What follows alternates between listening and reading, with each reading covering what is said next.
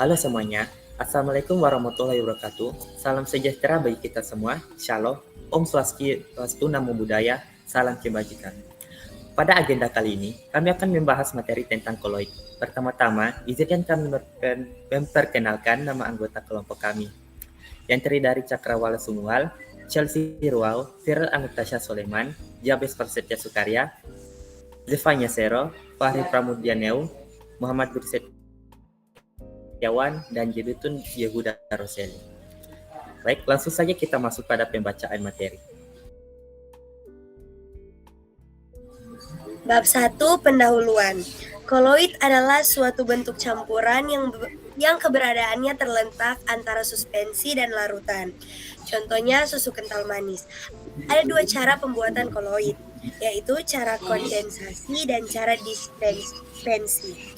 Pada cara kondensasi, partikel molekuler dikondensasikan menjadi partikel dengan ukuran koloid. Pada cara dispersasi, bahan dalam bentuk kasar dihaluskan, kemudian dipersasikan ke dalam medium perdispersinya. Contohnya pada pembuatan agar-agar dan pencampuran larutan deterjen dengan air dan minyak tanah. Koloid adalah suatu bentuk campuran yang keadaannya antara larutan dan suspensi. Keadaan koloid adalah suatu keadaan antara larutan suspensi. Suatu kerumunan kumpulan dari beberapa ratus atau beberapa ribu partikel yang membentuk partikel lebih besar dengan ukuran sekitar 10 Armstrong sampai 2000 dikatakan berada dalam keadaan koloid. Dalam suatu sistem koloid, partikel-partikel koloid terdispersi atau tersebar dalam medium pendispersinya. Zat terdispersi maupun medium pendispersi koloid dapat berupa zat padat, cair, atau gas. Terdapat dan tipe sistem koloid yaitu busa atau gas dalam cair, busa padat, gas dalam padat, aerosol padat, cair dalam gas, emulsi, cair dalam cair, emulsi padat, cair dalam padat, aerosol padat, padat dalam gas, sol padat dalam cair, dan sol padat, padat dalam padat.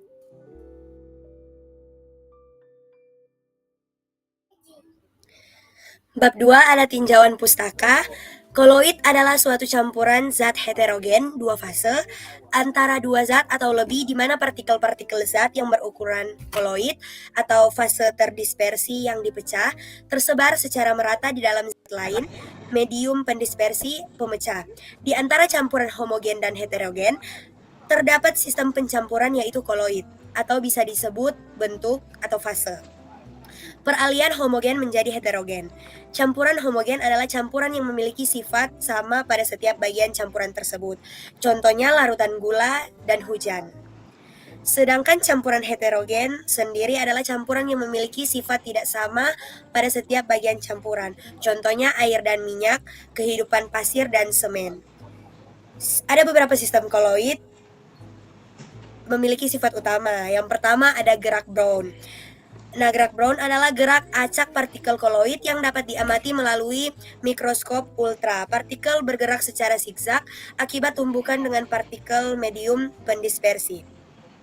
Semakin kecil ukuran partikel, semakin cepat gerak Brown terjadi. Fenomena ini membuktikan bahwa partikel koloid terus bergerak dalam medium pendispersi. Oke, berikutnya adalah efek Tyndall. Efek Tyndall adalah fenomena penghamburan cahaya oleh partikel koloid ditemukan oleh John Tyndall ketika cahaya melewati larutan sejati. Tidak ada hamburan cahaya yang terlihat, tetapi pada koloid cahaya akan dihamburkan. Hal ini terjadi karena partikel koloid cukup besar untuk menghamburkan cahaya, sedangkan dalam larutan sejati partikel terlalu kecil untuk menghasilkan efek tersebut. Contoh nyata dari efek Tyndall dapat kita lihat dari sorotan sinar matahari di pagi hari ketika masih ada kabut-kabut. Kemudian berikutnya adalah adsorpsi koloid. Adsorpsi adalah penyerapan ion atau molekul pada permukaan partikel koloid karena luasnya permukaan partikel.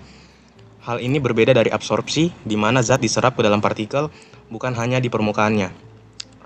Absorpsi berperan dalam berbagai proses industri seperti pemurnian air dan pembuatan obat-obatan. Next, ada muatan koloid. Partikel koloid memiliki muatan listrik sejenis, yaitu positif atau negatif, yang menyebabkan gaya tolak-menolak antar partikel, sehingga sistem koloid tetap stabil.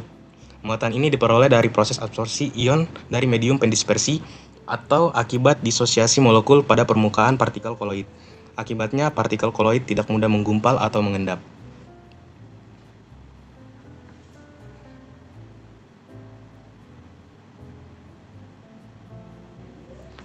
Selanjutnya, diagram fasa. Diagram fasa menggambarkan hubungan antara suhu dan komposisi suatu sistem material dalam ilmu logam. Diagram ini digunakan untuk memahami struktur paduan pada berbagai kondisi suhu. Diagram fasa terbagi menjadi 3 jenis. Yang pertama, diagram fasa tunggal atau sistem dengan satu komponen, seperti timbal dan timah. Yang kedua, diagram fasa binar, atau sistem dengan 2 unsur, seperti paduan kuningan CuZn dan CuNi. Dan yang ketiga, diagram fasa Turner, atau sistem dengan 3 unsur seperti stainless steel, FeCrNi. Selain itu, terdapat diagram pendinginan yang memetakan struktur mikro berdasarkan suhu dan waktu pendinginan, seperti diagram TTT, Time Temperature Transformation, dan diagram CCT, Continuous Cooling Transformation. Diagram ini digunakan dalam industri logam untuk mendapatkan sifat mekanik tertentu.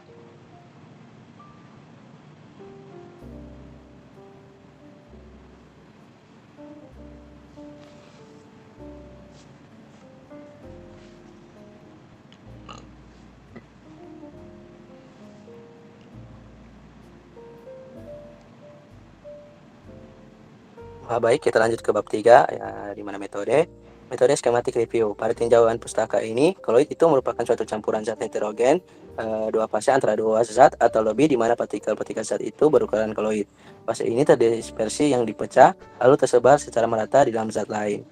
Di antara campuran homogen dan heterogen ini terdapat sistem pencampuran, yaitu koloid, atau bisa juga disebut bentuk fase. Lalu peralihan homogen itu menjadi heterogen. Campuran homogen ini adalah campuran yang memiliki sifat sama pada setiap bagian campuran tersebut.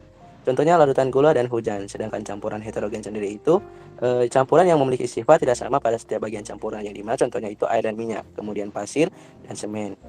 Ukuran partikel koloid itu berkisar antara 1 sampai 100 nanometer. Ukuran yang dimaksud itu berupa diameternya, panjang dan lebar maupun tebal dari suatu partikel. Contoh lain dari sistem koloid ini adalah tinta, yang dimana itu terdiri dari serbuk warna dengan cairan air. Selain tinta itu masih terdapat banyak sistem koloid yang lain seperti mayonnaise, hairspray, jelly, dan lain-lain. Sifat-sifat koloid ini terjadi gerak Brown, yang merupakan gerakan partikel koloid yang senantiasa bergerak lurus tapi tidak menentu, gerak acak tidak beraturan. Lalu efek Tyndall ini yakni gejalanya itu penghamburan berkas sinar cahaya oleh partikel-partikel koloid. Lalu efek Tyndall ini merupakan efek yang terjadi jika suatu larutan terkena sinar. Pada saat larutan sejati yang disinari dengan cahaya, maka larutan tersebut tidak akan menghamburkan cahaya, sedangkan pada sistem koloid, cahaya akan dihamburkan lalu absorpsi koloid itu merupakan peristiwa penyerapan partikel ion atau senyawa lain pada permukaan partikel koloid yang disebabkan oleh luasnya permukaan partikel dan muatan koloid Sol. Sifat koloid itu terpenting adalah muatan partikel koloid, di mana semua partikel koloid itu memiliki muatan sejenis positif dan negatif. Maka terdapat gaya tolak-menolak antara partikel koloid. Partikel koloid itu tidak dapat bergabung sehingga memberikan kestabilan pada sistem koloid. Lalu sistem koloid itu secara keseluruhan bersifat netral. Berdasarkan literatur dari tinjauan pustaka tadi, partikel-partikel koloid itu mendapat muatan listrik melalui 2 cara, yaitu proses adsorpsi partikel koloid yang dapat mengabsorpsi partikel bermuatan dari fase pendispersinya. Lalu jenis muatannya tergantung dari jenis partikel. Lalu partikel SO, Sol, POH3, kemampuan untuk mengabsorpsi kation dari medium pendispersinya sehingga bermuatan positif, sedangkan partikel Sol, As2S3, mengabsorpsi anion dari medium. Lalu pendispersinya itu sehingga bermuatan negatif Sol AgCl-. Lalu dalam medium pendispersinya dengan kation Ag+ berlebihan akan mengabsorpsi Ag+, sehingga bermuatan positif. Jika anion Cl- berlebih, maka Sol AgCl itu akan mengabsorpsi ion Cl- sehingga bermuatan positif. Lanjut masuk ke dalam pembahasan. Yang pertama, sifat-sifat koloid. Koloid itu seperti di penjelasan tadi itu merupakan heterogen, di mana partikel zatnya terdispersi berukuran antara 1 sampai 1000 nanometer dan tersebar dalam medium pendispersi. Partikel koloid ini lebih besar dari lautan sejati tapi lebih kecil dari suspensi, sehingga tidak dapat dilihat dengan mata telanjang tapi dapat diamati menggunakan mikroskop ultra. Koloid ini dapat diklasifikasikan berdasarkan jenis fase terdispersi dan medium pendispersinya. Misalnya yang pertama ada sol, yang dimana dalam bentuk paratan dalam cairan seperti tinta atau cat. Lalu kedua emulsi dalam cairan seperti susu atau mayones. Lalu bui itu berbentuk gas dalam cairan seperti busa dan sabun. Lalu aerosol itu berbentuk partikel dalam gas seperti kabut atau asap. Lalu koloid ini banyak digunakan dalam industri makanan seperti obat-obatan, kosmetik, dan teknologi seperti dalam pembuatan gel, cat, dan serta produk pembersih. Lalu ini ada tabel jenis-jenis fase. Kemudian ada diagram fasa. Diagram fasa adalah diagram yang menampilkan hubungan antara temperatur di mana terjadi perubahan fasa selama proses pendinginan dan pemanasan yang lambat dengan kadar karbon. Tidak seperti struktur logam murni yang hanya dipengaruhi oleh suhu, sedangkan struktur paduan dipengaruhi oleh suhu dan komposisi. Pada kesetimbangan, struktur paduan ini dapat digambarkan dalam suatu diagram yang disebut diagram fasa, diagram kesetimbangan, dengan parameter suhu T versus komposisi mol dan fraksi mol. Diagram fasa khususnya untuk ilmu logam merupakan suatu pemetaan dari kondisi logam atau paduan dengan dua variabel utama umumnya, konsentrasi dan temperatur. Diagram fasa secara umum dipakai ada 3 jenis. Yang pertama ada diagram fasa tunggal atau uner, satu komponen atau komposisi sama dengan paduan. Yang kedua ada diagram fasa biner, 2 komposisi unsur dan temperatur. Yang ketiga ada diagram fasa terner, 3 komposisi unsur dan temperatur. Diagram fasa tunggal memiliki komposisi yang sama dengan paduan, misalnya timbal dan timah. Diagram fasa biner misalnya paduan kuningan, CuZn, CuNi, dan lain-lain. Diagram fase terner misalnya paduan stainless steel. Diagram pendinginan kondisi struktur mikro pada yang ada variabel utama yaitu temperatur dan waktu. Disebut juga dengan diagram TTT atau juga 2 variabel utama yaitu temperatur cooling rate. Disebut juga diagram CCT. Diagram ini berguna untuk mendapatkan sifat mekanik tertentu dan mikrostruktur tertentu. Fasa bainit misalnya pada baja hanya terdapat pada bagian TTT bukan diagram isotermal. Kegunaan diagram fasa adalah dapat memberikan informasi tentang struktur dan komposisi fase-fase dalam kesetimbangan.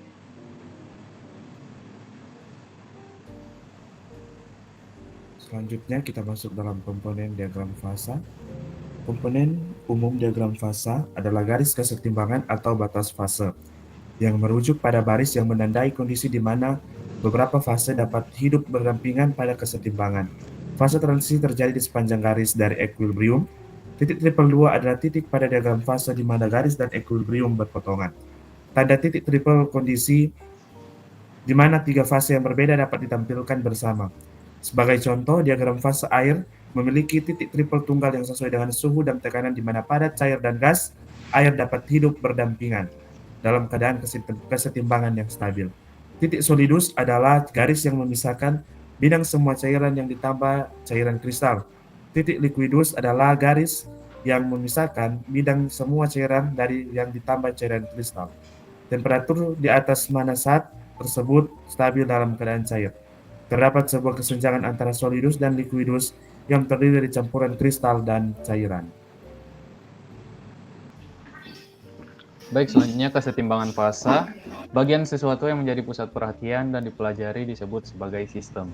Suatu sistem heterogen terdiri dari berbagai bagian yang homogen yang saling bersentuhan dengan batas yang jelas. Bagian homogen ini disebut sebagai fasa dapat dipisahkan secara mekanik. Tekanan dan temperatur menentukan keadaan suatu materi kesetimbangan fasa dari materi yang sama. Kesetimbangan fasa dari suatu sistem harus memenuhi syarat berikut. 1. Sistem mempunyai lebih dari satu fasa meskipun materinya sama. Kemudian terjadi perpindahan reversibel spesies kimia dari satu fasa ke fasa lain. Yang terakhir, seluruh bagian sistem mempunyai tekanan dan temperatur sama. Kesetimbangan fasa dikelompokkan menurut jumlah komponen penyusunnya, yaitu sistem 1 komponen, 2 komponen, dan 3 komponen. Pemahaman mengenai perilaku fasa berkembang dengan adanya aturan fasa Gibbs, sedangkan persamaan Clausius dan persamaan Clausius-Clapeyron menghubungkan perubahan tekanan kesetimbangan dan perubahan suhu pada sistem 1 komponen. Menurut tim dosen kimia fisik, Pasangan cairan yang bercampur sebagai dapat dibagi dalam 4 tipe. Tipe pertama, campuran dengan temperatur kelarutan kritis maksimum, misalnya sistem air fenol. Tipe 2, campuran dengan temperatur kelarutan kritis minimum, misalnya sistem air trimetilamin.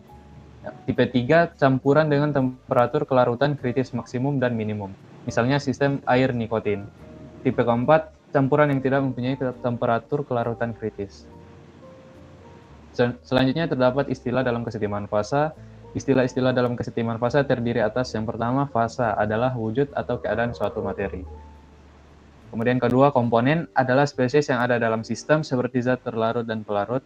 Jumlah komponen dalam suatu sistem merupakan jumlah minimum dari spesies yang secara kimia independen yang diperlukan untuk menyatakan komposisi setiap fasa dalam sistem tersebut.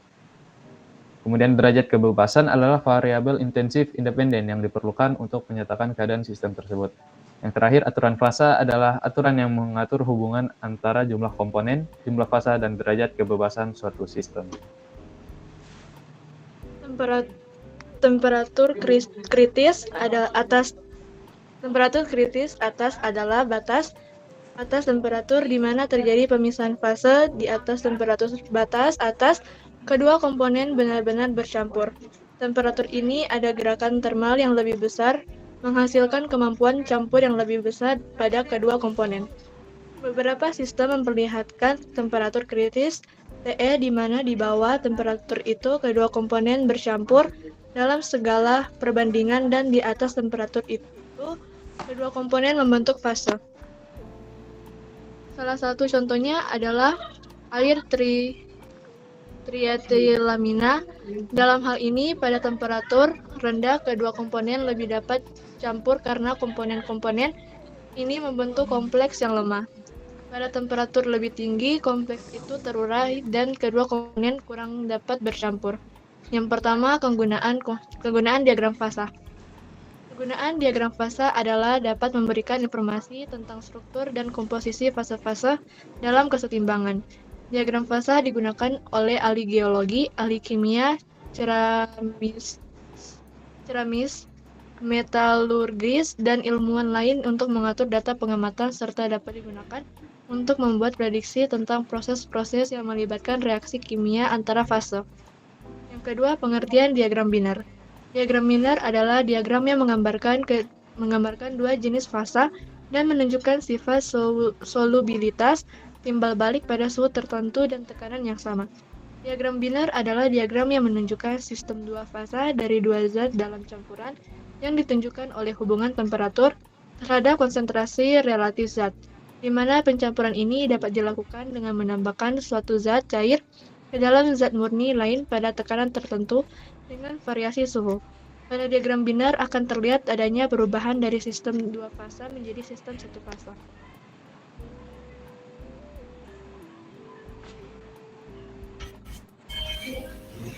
Masuk pada hubungan diagram fasa dengan koloid. Sistem koloid merupakan dispersi partikel yang mempunyai ukuran 1 nanometer hingga 1 mm di dalam medium pelarut. Salah satu ciri khas sistem koloid adalah keberagaman fase yang dapat terbentuk tergantung pada konsentrasi dan stabilitas partikel koloid tersebut. Lalu pada menggambar keberagaman fase tersebut seperti fasa gas, fasa cair, fasa agregat, fasa gel, dan fasa padat, digunakanlah diagram fasa berdasarkan variabel fisika kimia seperti konsentrasi pH, interaksi antar partikel, dan kekuatan tarik-menarik antar molekul. Contoh dari diagram fasa adalah sebagai berikut, di mana terlihat pada stabilitas yang rendah dengan konsentrasi yang rendah akan membentuk fasa gas, kemudian pada stabilitas yang rendah dan konsentrasi yang lumayan tinggi akan membentuk fase liquid, kemudian pada stabilitas yang sangat rendah dan konsentrasi yang sangat tinggi akan membentuk fase yang padat. Begitu juga dengan stabilitas yang tinggi, namun dengan konsentrasi yang sangat tinggi akan membentuk fase padat. Kemudian sedangkan pada stabilitas yang rendah dan cukup tinggi akan membentuk fase gas. Kemudian pada stabilitas yang cukup tinggi dan dengan konsentrasi yang rendah akan membentuk agregat fasa. Seperti penelitian dilakukan oleh salah satu mahasiswa teknik kimia di ITB dalam konteks pengelolaan anggur. Diagram fasa digunakan untuk menjelaskan perilaku agresi koloid yang menyebabkan pembentukan endapan atau gel yang berdampak langsung pada kejernihan anggur. Diagram fasa ini membantu memahami transisi fase koloid seperti dari fase cair ke fase gel atau fase padat yang sangat penting untuk mencegah fouling pada membran dan proses mikrofiltrasi. Dengan demikian, hubungan antara diagram fasa dan koloid bersifat mendasar diagram fasa. Memvisualisasikan bagaimana koloid bereaksi terhadap perubahan lingkungan, sedangkan sifat dan perilaku koloid menentukan bagaimana transisi antar fasa terjadi. Keduanya saling melengkapi dan dalam memahami stabilitas dan efisiensi pemrosesan koloid. Bab 4 penutup. Kesimpulannya, koloid itu adalah merupakan campuran dua zat yang membentuknya ada di mana? Larutan dan suspensi. Partikel koloid cukup kecil tapi bisa menghamburkan cahaya, makanya bisa kelihatan efek tindal. Partikel-partikelnya juga tidak diam, selalu bergerak acak karena gerakan ground dan muatan listrik yang bikin mereka gampang menggumpal. Koloid bisa dibuat lewat dua cara. Yang pertama kondensasi atau pengumpulan partikel kecil jadi lebih besar, dan kedua cara dispersi, ngecilin partikel besar biar tersebar merata. Jenis koloid berbeda tergantung pada fase zatnya, misalnya ada sol, emulsi, buoy, sampai aerosol. Selain itu dalam laporan ini juga dibahas soal diagram fasa yang penting banget untuk bagaimana suatu zat berubah bentuk dari padat ke cair dan sebaliknya tergantung suhu dan tekanan. Diagram ini bisa dipakai di bidang industri apalagi buat bahan logam atau campuran kimia. Dan daftar pulsa yang kami gunakan. Sekian.